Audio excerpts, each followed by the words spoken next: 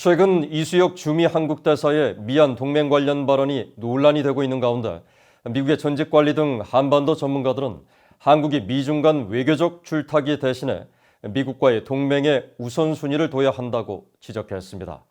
한국이 애매모호한 태도로 일관해서는 안 된다는 건데 다만 중국에 대한 한국의 실용적 접근을 미국이 무조건 압박해서는 안 된다는 제안도 나왔습니다. 함지아 기자가 보도합니다.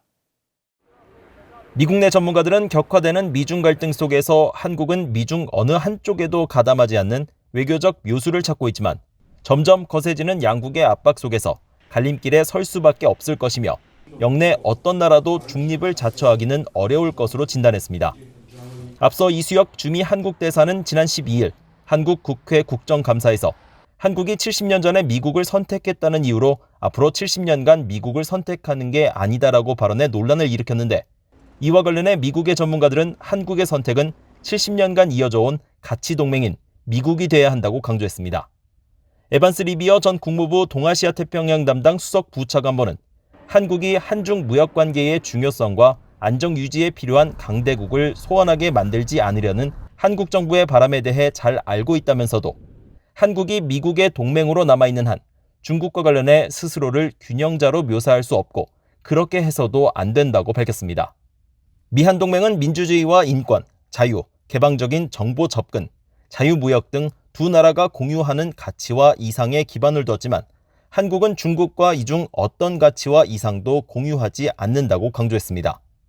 아울러 미국과 일본에서는 한국이 점점 중국 쪽으로 기울고 있다는 의혹이 존재한다며 특히 미국 대통령이 미한 동맹의 지속적인 가치에 대해 적극 의문을 제기하는 상황에서 한국은 이런 의심을 증폭시키지 않도록 주의해야 한다고 조언했습니다. 로버트 매닝 애틀랜틱 카운슬 선임연구원도 한국이 동아시아에서 중재자 역할을 맡을 잠재력은 없어 보인다면서 한국이 어려운 상황에 직면한 것 같다고 분석하고 미한 동맹 강화를 우선순위로 해야 한다고 말했습니다. 미국은 한국의 독특한 입지를 항상 유념해야 한다는 지적도 나왔습니다.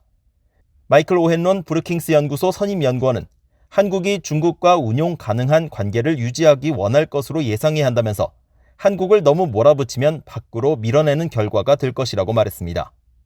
미국의 대중국 압박 전략 중 하나인 다자 안보 체제, 쿼드 구축과 관련해 앤드류어 워싱턴 가톨릭대 정치학과 교수는 미국은 한국이 국가 이익뿐 아니라 영내 안보를 염두에 둔 결정을 내리길 기대하며 그런 관점에서 한국이 자유롭고 열린 인도태평양 전략에 부응해 다른 나라들과 좀 더 관여하기를 희망한다고 말했습니다.